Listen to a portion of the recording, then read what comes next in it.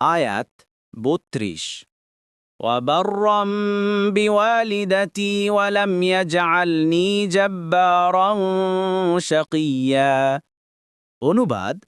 আর আমাকে আমার মায়ের প্রতি অনুগত করেছেন এবং তিনি আমাকে করেননি উদ্ধত হতভাগ্য আয়াত ৩৩ والسلام علي يوم ولدت ويوم أموت ويوم أبعث حيا অনুবাদ আমার প্রতি শান্তি যেদিন আমি জন্ম লাভ করেছি যেদিন আমার মৃত্যু হবে এবং যেদিন জীবিত অবস্থায় আমি উত্থিত হব তাফসির ১ নং ফুটনোটের বিবরণ জন্মের সময় আমাকে শয়তান স্পর্শ করতে পারেনি সুতরাং আমি নিরাপদ ছিলাম অনুরূপভাবে মৃত্যুর সময় ও পুনরুত্থানের সময়ও আমাকে পথভ্রষ্ট করতে পারবে না অথবা আয়াতের অর্থ সালাম ও সম্ভাষণ জানানো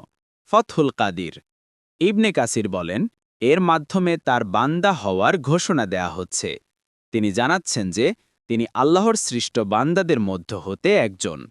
অন্যান্য সৃষ্টির মতো জীবন ও মৃত্যুর অধীন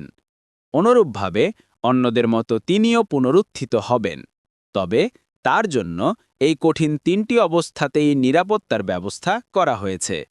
ইবনে কাসির